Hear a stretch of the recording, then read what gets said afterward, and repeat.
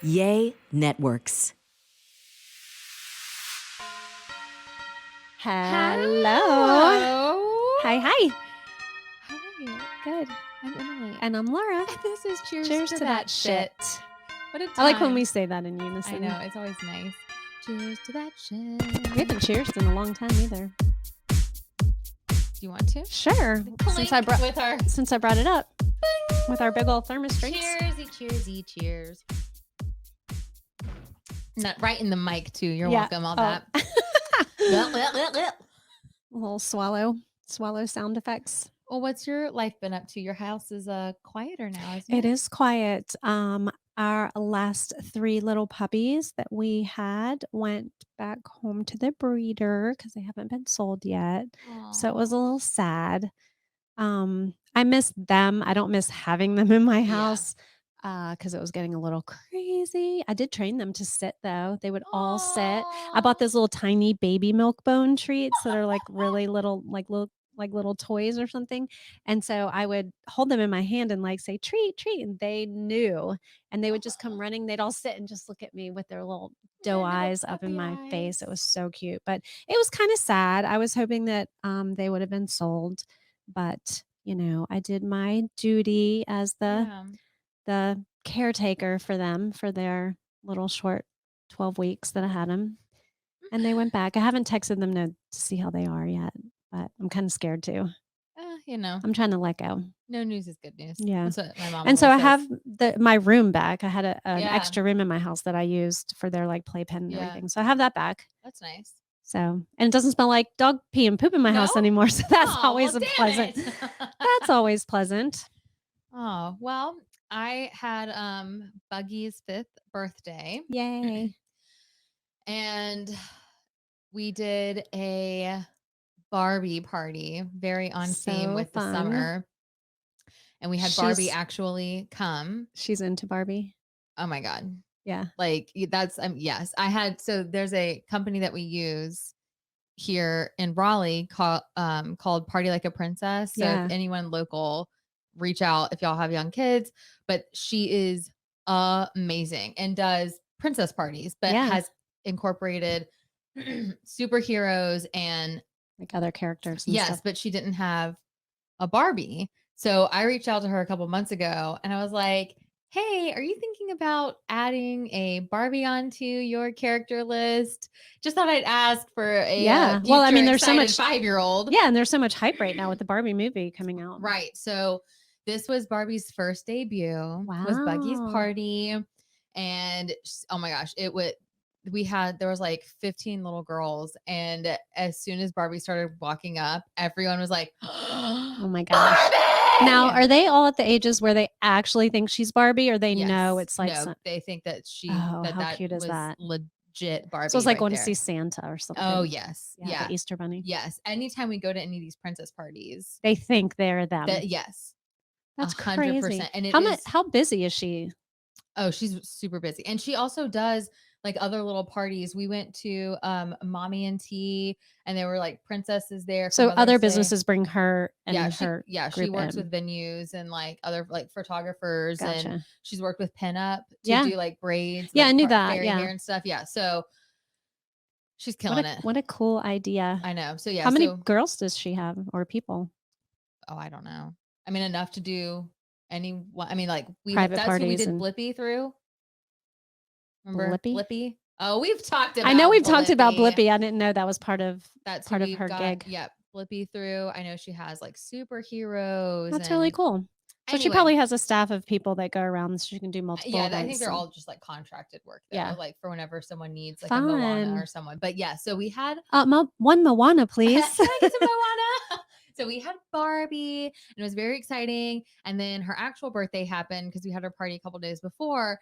And she woke up and was like, "Mommy, am I gonna have any princesses at my birthday today?" And I was like, "No, baby, we already had your birthday party." And she was like, "Yeah, but today is my birthday." Right. And I was like, "Ooh, yep, you're getting to that age now where you're not going to be able to." Nope. No.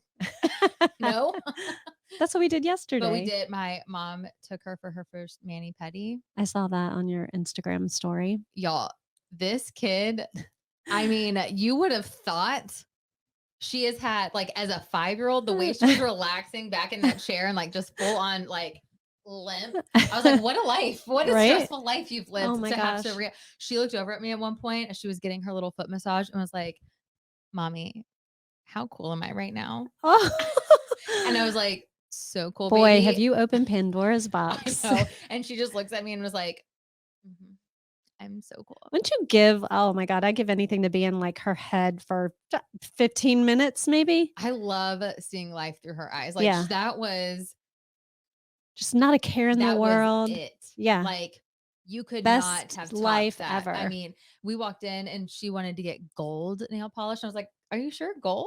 And she like the gold sparkle, Yeah. like the clear and like the glitter. And she was like, "Yes, Mommy, this is what I want." I'm like, all right, yeah, do it. Yeah, So next time you say absolutely. you're gonna go get your nails done, you're going to get a pedicure, you know you're not going by yourself anymore. I will never be able to say I'm going to get a pedicure in front of her ever again. Oh, I'm going to get I have to go to the doctor. yeah. Have to go to the doctor to get my throat checked. Have to go get a root canal. Oh, darn it. And BRB. Yeah, no, she was, Mommy, how cool am I right now? That's so special though. It was You know really what? cute. I still love going to get my nails done with my daughter. So that's Well, it's something just you have. cute. Yeah. It's fun. Yeah, it is. It's fun. Sweet. It's something you can always do together and Yeah. especially if you're going to pay for it. So Oh, yeah. No, and that, yeah, no, she's, I mean, I know she's 5, but my daughter's not 5 and I'm still paying for her. So Mom, there's are you that. going to get this? Thanks. Yeah. Thank you. She's even tried to pull her card out of her wallet. She just stands behind like, me when we go to check out. It's just sometimes I'll assumed. like fumble in my purse. I'm like, oh, like, you know, like kick things around. See what she's going to do. I'm like, let me just get in here. Oh, real we're quick. paying? Okay, hold on. Hold Let on, me get I my gotta wallet. Get my wallet. I'm like looking like I have a fucking Mary Poppins bag. Like, where did that? Oh my God, I have no idea. Hold on, I gotta throw all this stuff around. And she's like, I got it. And I'm like, oh, Mom, you don't have to do that. Thanks so much. And she's like, yeah. Well, I don't see you getting your wallet out, so. Sure, I'll get it this time. Weird how my wallet was right on top of my purse. I had it in my hand already to go. Interesting. Oh my God. Funny how that works. Oh, Yep. okay, let's get to it. Yeah, let's. So let us. So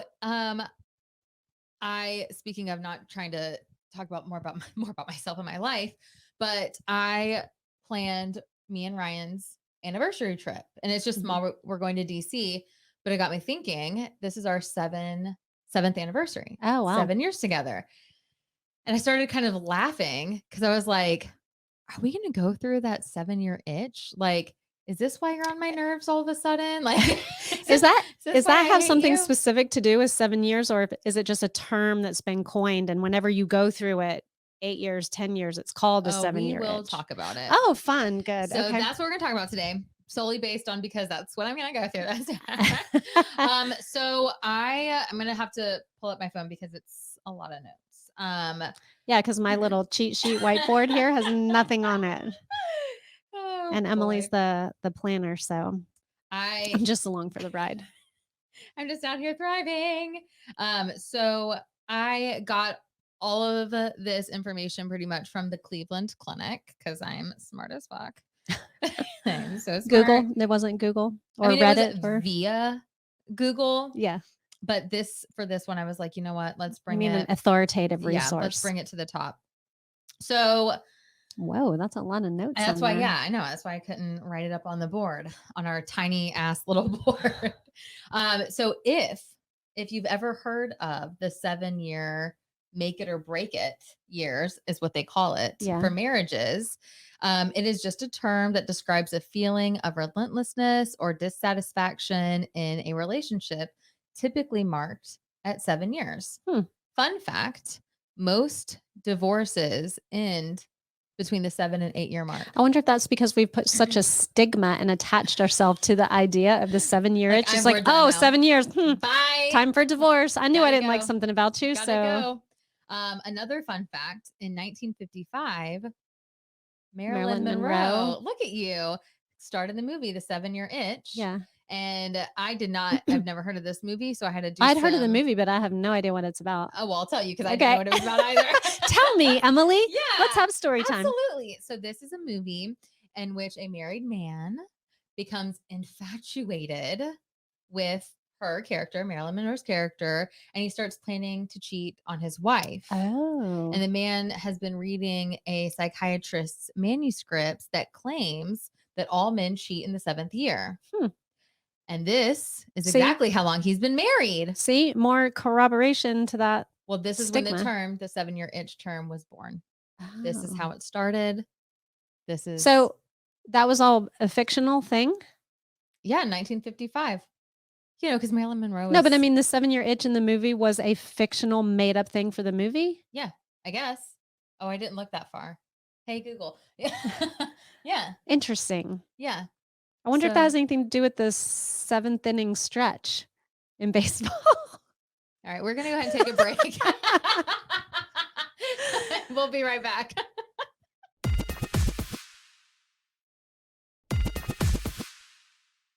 All righty.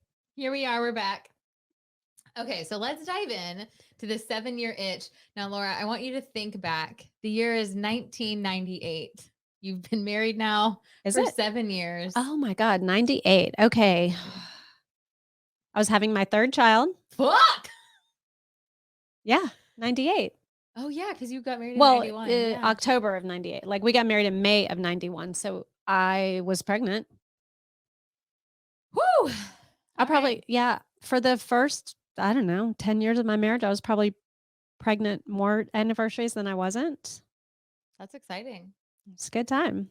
I mean, we were obviously we weren't having a 7-year itch. We were having a lot of sex. So yeah, it was probably good. I had a boy, I had a girl, and I was pregnant for the 3rd time. So, you know, you don't care at that point. It's like, well, I got one of each. So whatever it is, it Bada is. boom, bada bing. And I never knew what I was having either. So I'm guessing I was having a grand old time. Grand old time. Yeah. Well, I'll keep you guys posted on where I was 7 in 1998. So 7-year itch. You know, I moved. I think I got roller skates that year for my birthday. I was living the dream too. So, but oh boy, there is no definitive proof that the 7-year itch is real. Yeah. But like I said, the marriages, like research has shown that particularly in first-time marriages, divorce tends to spike around that 7-8 year mark. And I have to wonder if we haven't attached such a stigma to this and made it a thing that it's almost like you're subconsciously, or have we been brainwashed to think there should be something I think going on? So Ryan and I, we've been together for 13 years. So technically you had that 7-year itch long before you. Yeah. I guess. But I think when you're married, your expectations change. We've talked about that. But for some reason, like in 7 years, like you've gone through it. Like we've bought in a house. We've had 2 kids. We bought in a damn house. We've bought in a house. Yeah. Fuck yeah, we did. We bought in a house. We're putting a pool outside, above ground pool, and digging in the dirt. I don't know. Okay. We bought a house. We have 2 kids, jobs. We've bought cars. Like you're in it. You're in the groove. Yeah. Like things are happening. And I think you probably start getting like so what's next? What are we doing? Yeah. Like this. What are we doing? What are we doing? We have invested in a lot of stuff and some human lives. And what the hell are we doing over here? I told Brian the other day, I was like, I full on look at our kids in our house sometimes and I'm like, bro, how did this happen? I am an imposter. I am not a mom. I am not a wife. I don't know if my parents know I'm here. Like, I got to go home. Yeah. It's past my curfew, like years past. I have to get the fuck out. I have full on imposter syndrome sometimes. But like I think maybe the 7 years, it's like, I think I've been just going through the 7 years recently. Maybe it's like every 7 years. So 7, 14, 21, 28. And maybe you just never got out of the 28 cycle. I don't know. Stuck. I don't know. I just think 7 years, it's like, that's when you're still young enough to kind of be like, what the fuck am I doing? You're in a committed relationship long enough to really be like, I don't think I really like you a lot. Yeah. Like I thought I did. Well, you start doing all kinds of permanent things. Yeah. Like the And house, it can be like children. scary. Yeah. It can be kind of like a reality Mhm. slap to It's the like face. it's like the first step of a midlife crisis, you know? It's like, Oh, yeah. okay, this is mile marker number 1. I'm freaking out. I don't know. I feel like too, when you're in your 20s, you start kind of, you're like, I don't know who I am. I don't know what I want to do. You start having these like existential crises where you're like, is this what I want to be doing for the rest of my life? You start questioning everything. And then something happens, you get Laura's like, all right, so I'm 50. Yeah, I'm still having that weird. I feel like I was smooth sailing. No, I got into my 30s. I swear to God, it was like the week of my 30s. And I was just like, I don't fucking care, man. I can't give people, I can't, if you aren't making my life happy, I don't want to be a part of it. But I think people get to that point Yeah. and they're like, yeah, no, I know exactly who I am now. I was trying to figure it out a couple years ago, but I know now who I am and I don't want you in it. Yeah. I don't, this is all speculation. I'm Yes, not a doctor. yeah, we're just like living out our lives. I feel like I sailed through all of that. I was just sitting here thinking like 1998, what was happening? Been married for 7 years, had the third child Almost on 3 the kids, way. yeah. We had been running our own business now for 3 years. Yeah. I was just cruising through life. I was on a great track. I was Ooh. on autopilot. I knew No. who I was. I was comfortable running a business, being an entrepreneur, being a mom, being a wife. I was just cruising. I think that brick wall just hit me like a couple of years ago. Laura's having her 7-year itch now. Oh boy. Existential crisis. But 20s. that's good. That's good advice for all of you young people out there. So it's cool. You don't have to worry about You're 7 years. fine. You'll be fine. It's fine. So the honeymoon phase, which I found interesting and don't know if I believe, typically lasts 2.5 years. I don't believe it. I don't buy it. I mean, I already had a kid. Like saying, okay. No, I don't think No, so. well, I mean, I don't think I was any younger than maybe some people are today. I was 24 when I got married. So I was 25. I was, oh no, 91. Yeah, so I had my first in 94. So that was 3 years. But Okay. those first 2 years, if we're talking about a honeymoon period, I was just ready to play house. I want to be a mom. I want to have a house and dishes, and Yeah. I just was ready to do We were that. planning our anniversary trip. Yeah. We went to London and like well, we were save money. Let's do all the we can go out to eat. We can go to brunch. Yeah, let's do all the grown-up things. Little did we know the following year for our second anniversary, we'd have spit up all over ourselves. Right. So it was cute. But that is that when people report very high levels of satisfaction in their marriages, which either declines or stabilizes as the years add up. Let's talk about some symptoms of 7-year itchies. A lack of physical and or emotional intimacy. If that's happening in 7 years, it's not in my marriage. So I guess if that is happening, something else is going on. Yeah, I mean, I think there's something to be learned from that just got together too quickly, maybe didn't have enough time to learn like about that each flame other. was really hot. Yeah. Let's follow through I mean, with that some passion, people and then are, you're I like, mean, wait, I'm sorry, who are you again? most people are attracted initially, Well, yeah, I would hope so. like physically by looks or, maybe chemistry or something. And maybe it just wasn't as strong as you thought it was. Yeah. Got going too quickly. Poor communication. Well, that's a given. Check. I'm just kidding. Increased conflict, including arguing, hurtful words, or criticism. Ooh, I have things to say about this one. Yeah, I think that's a valid point. Yeah. So much is changing. I mean, new jobs, new roles in life. I mean, maybe if you do have kids, financial situation. Yeah, financial. I mean, maybe if you do have children young, then one person might be staying home with the child or is assuming some more responsibility than the other person taking care of a child. One thing I just want to say super fast, and then we'll keep reading these symptoms, is I know just as human beings, even with your friends, even with your parents, when you're in the heat of the moment, you do say things that are hurtful that you don't mean. You're literally trying to say them in that moment to be hurtful. Mm-hmm. I think that is different than constantly giving hurtful criticism. Right. If your partner is constantly criticizing you in a hurtful manner, just like talking down, berating. Yeah. That is not okay. That's not normal. I don't like that. That is not, I mean, I had a friend who it's funny because we just went through this whole situation with her of having to kind of like open up her eyes and be like, it's not normal to Right. be It's like spoken to verbal like that. abuse. Yeah. Like I dare Ryan to speak to me like that. Yeah. I fucking dare him to do that shit to me because I would rip him to shreds. So I just understand the difference, I think, in that one specifically. Well, argumentative discuss, Yeah, like if you're comments, constantly someone's constantly arguing with you, putting you down. that's different than being in the heat of the moment and saying something hurtful and being like, oh, that was too far. Like Yeah. those are two very different things, I think, in my opinion. Yeah. I do too. Because when you get in arguments as a married couple, your feet are like firmly implanted in the ground. You want to make that point no matter. Oh yeah, there have been times where I've said things to Ryan and I'm like, oh fuck, that was I shouldn't have said that, but I've said it now and I have to own it. So yeah, it's already out. We'll apologize tomorrow. I like that, and I'm like, ooh, let's keep going forward with that. That's great, you dumbass. Like, good job. That was stupid. So, keeping secrets from your partner.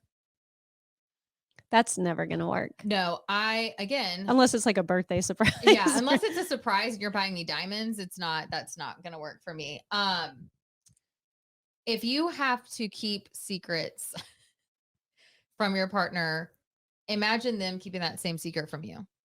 That's all I have to say. It's not, it's just a no. Like, and this comes to, I think, about like having like conversations with other people as well. Like, it's just no. So remember when I dislocated my knee and was held up on the couch for like 3 weeks? I caught up on a lot of Dr. Phil. Oh, so you're a professional. I'm a professional now. Dr. Laura. He says, if you have nothing to hide, hide nothing.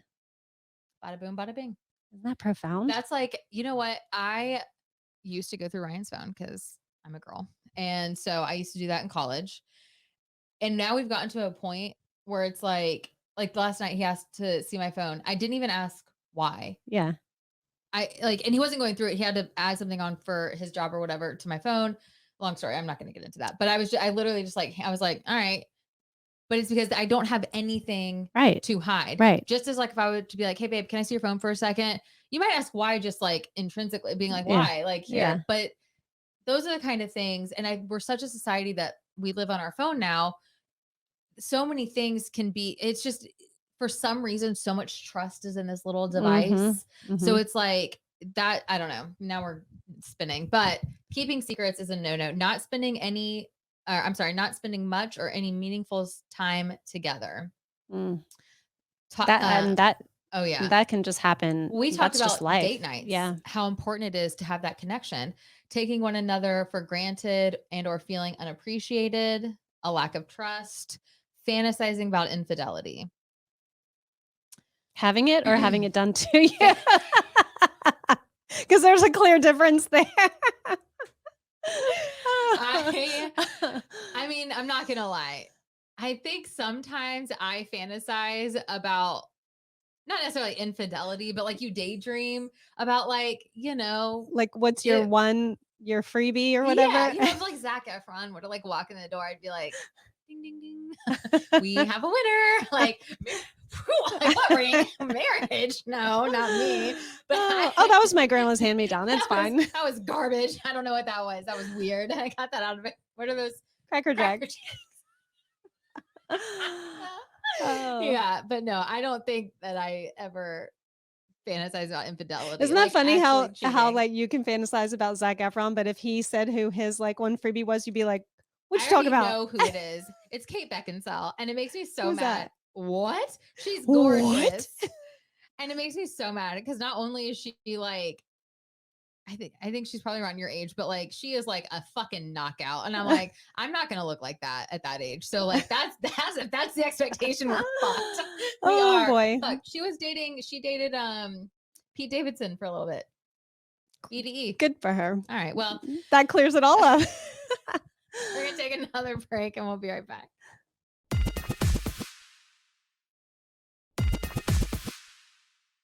Okay. Oh, were you going to bring us back? Nope, sure wasn't. Wow. I heard your breath and I thought for a second we were going to have I was ready. I was ready to respond to whatever you were going to say. Okay.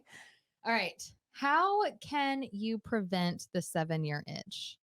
Let's say you've noticed some of these symptoms happening and you're like, oh, fuck, that's us. We're going to get divorced. hold on. We got you. We'll stop this. Are we ready? Laura, I'm talking to you. Okay. You seem to be going through a lot of stuff right now.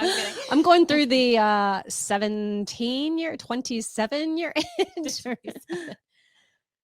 Work on your communication skills. Yeah, check. Ding, ding, ding, ding. So y'all probably haven't gathered. It doesn't help when you work with your spouse. That's either. true. I wouldn't say that I'm a confrontational person. I don't think I go out looking for confrontation. But somehow it just always seems to slap her in the face. But I do not shy away from confrontation. Oh, gosh. Meanwhile, Ryan, no, he is zero confrontation. His meter doesn't even move. No, like he's a flatliner. It's just, oh my, yeah. No, I have no idea. Opposites must attract. Yeah, at least for personality wise, because he's just like, all right, whatever. I mean, for real, like there was one day, there was one fight we got in and we didn't talk for 4 days. But it was because he was scared to talk to me. I can totally see that. And I finally was like, are you ever going to talk to me again? You have emasculated. And he was like, I was just waiting for you to talk to me. I don't know. I didn't know what you wanted me to say. I didn't know what you wanted me to say. I was like, all right, cool. So anyway, off of that, we had to work on some communication because apparently I'm aggressive. Who knew? Oh, gosh.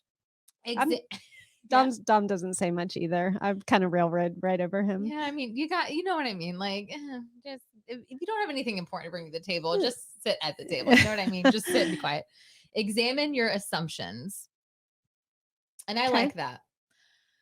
I think a lot of times, especially as women, I won't speak for all women, but like, I know for the two of us sitting on this couch, our mind goes and it goes to places very quickly that it probably shouldn't. Yeah. There's no need for it to get to these My mind's places. churning all day. Yeah. Like I'm constantly thinking of things that will happen. Ryan and I, we've never had an infidelity. We've never had any issues like that. We fully trust each other, but because I'm a crazy person and I'm irrational, sometimes I'm like, oh, if I'm going to be home earlier than I thought. Yeah. Oh, are you going to catch him or call him because I'm a fucking crazy person. You and I'm like, are. if I'm going to catch him, this is going to be it. Catch him. And I drive up and we have, a doorbell camera. We have a camera outside our house. We have a camera in the loft. So you would have seen it on your phone anyway. Yeah. Yeah. Yeah. Mm-hmm. Yep. I sure would have.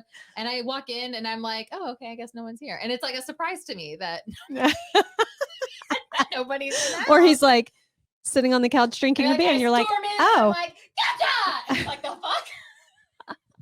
Poor Ryan. Oh my gosh. Yeah, examine your assumptions. Like, don't be fucking crazy. I think our minds just go and we just need to take deep breaths sometimes. Yeah.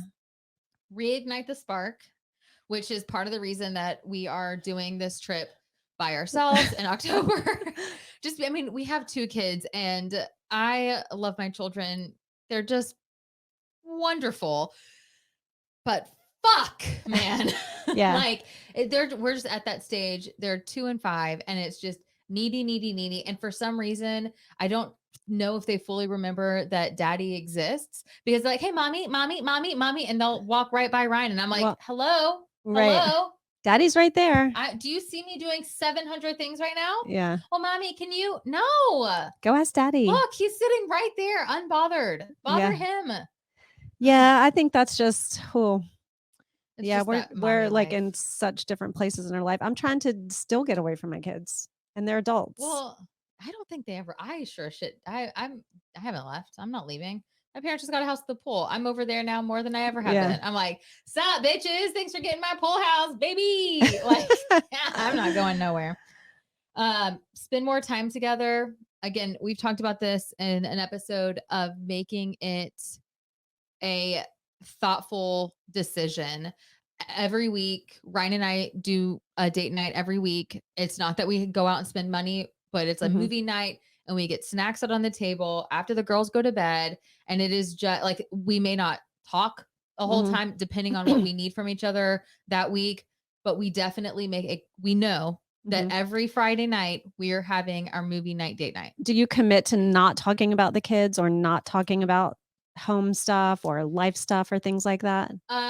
Depending on like what it is, like this summer I've been working from home. So I have the girls. So I'm kind of like mommed out. So I'm not normally the one that brings them up, but because Ryan is gone, not there, he does miss them. Yeah. So, but in those like moments, not really, because I think we're both kind of like over it. Yeah. We just, because Dom and I work together. That's like 90% of our conversation is always comes back to work, always comes back to business. Did you remember to call so-and-so? Oh, you talked to them. What did they say about the whatever wedding show? You know, it just like always 9:30 and you're like, I don't want to talk about this tonight. Yeah. Like my brain is off. It's, and I don't think either one of us want to. We just consciously go back to that. So when we were out of town for the concert, I was like, okay, we have to make a concerted effort.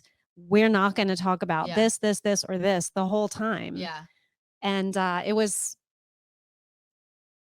hard. Great. Oh, it was great. Oh. No, I'm saying no, it's just silence. Because it's hard. Yeah. It's hard, especially when you work together. Yeah. Well, especially, I mean, almost 30 years. Show your appreciation.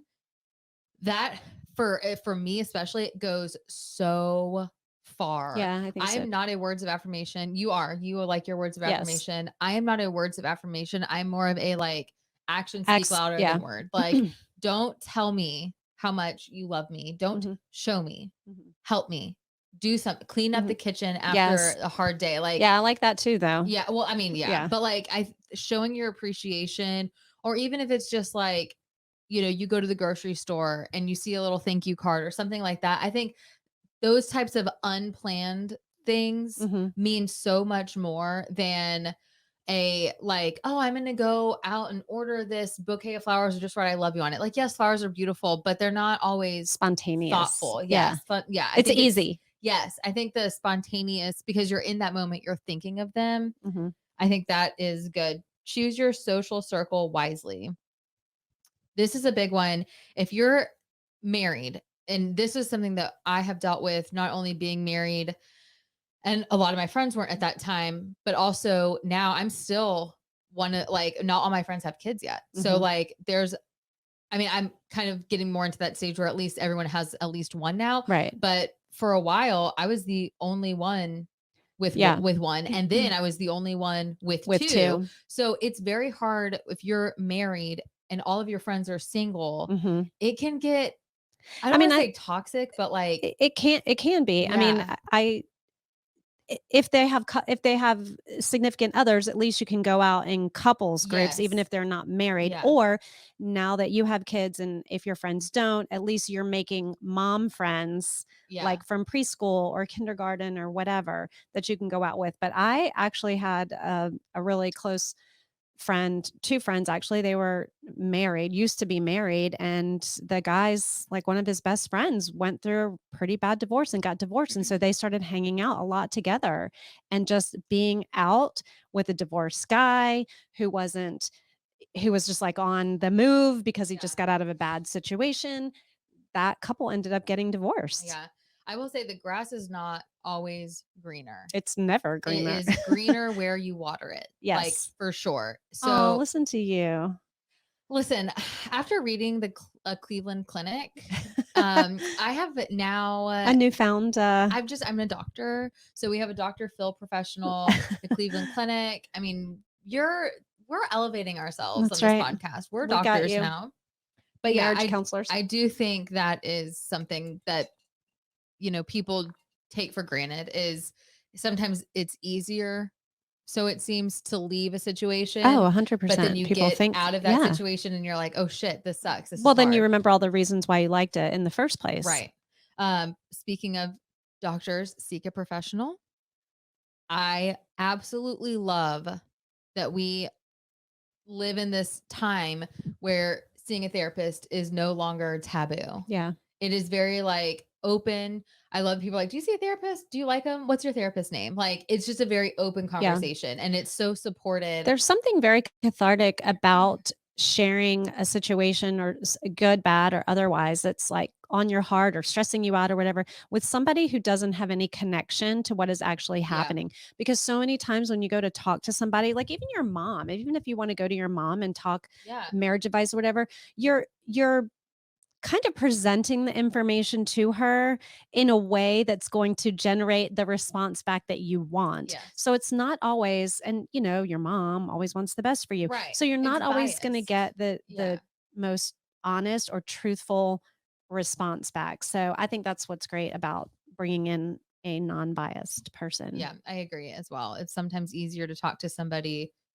who doesn't know either Yeah. side. Well, they're not And you jaded can, by one side or the other. so you can be a little bit more open and honest. You don't have to kind of protect. Like Yeah. with your mom, you're not going to be like, oh yeah, I called him a fucking dumbass and hit him in the head with a plate. Whereas like a therapist, you'll be like, yeah, I did that. And they're like, that probably wasn't good. I have not done that. Just that was a story that I pulled out of my ass. I have not ever hit Ryan with a plate.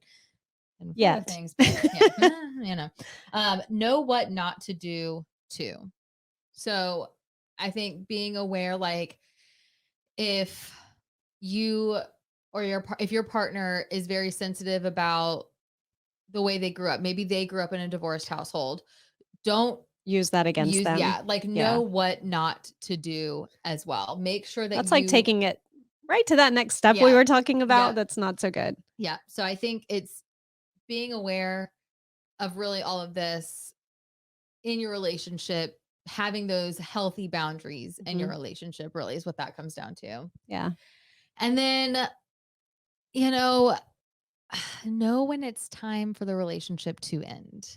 Yeah, I think it's life is too short and happiness is too important to continue in something that is not satisfying you, making you happy or whatnot. I mean, I think giving every effort to, trying to rectify and correct a situation is, probably one of the best things that you can do, but you also have to be honest about it as well.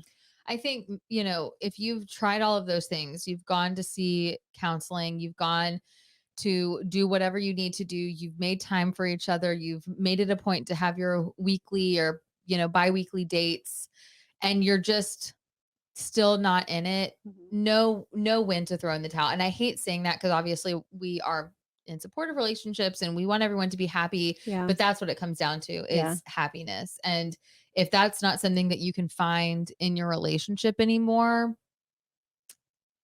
then it might be time to move on. Like, and again, you've only been married for 7 years, but you're still young. You still have your entire life ahead of you. Even if you're in your 30s at this point, it's not like an all hope is lost type of thing. Never. You still have your entire life. People find happiness with other people, up into their 40s, 50s. You hear about people having romantic relationships in nursing homes. Okay, you guys, like nursing homes. Like you got time. All right. It's not an end all be all situation, but I do think when both people, I think the hardest thing is like when both people still love each other and they still want the best for each other, but they know it's just not working out together.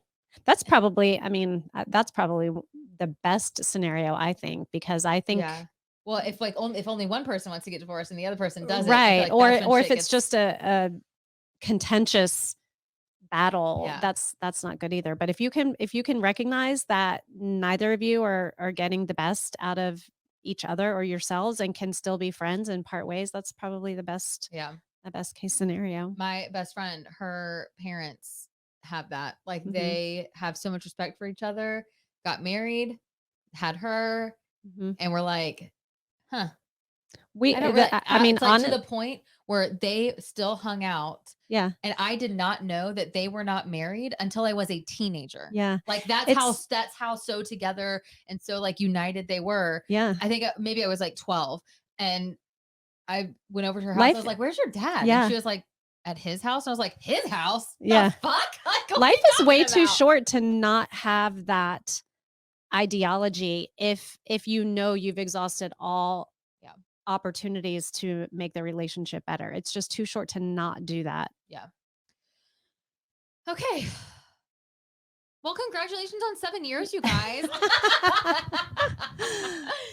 I think that was good. Yeah, that was good. That was fun. That was like a counseling session. If y'all have any, you're welcome. I'm a doctor now, so it makes sense. If y'all have any 7-year itch stories, send them our way at stories@cheersthatshit.com or DM us. Follow us on Instagram, TikTok, watch us on YouTube, tell your friends, and their friends. And we'll see you next time. Bye.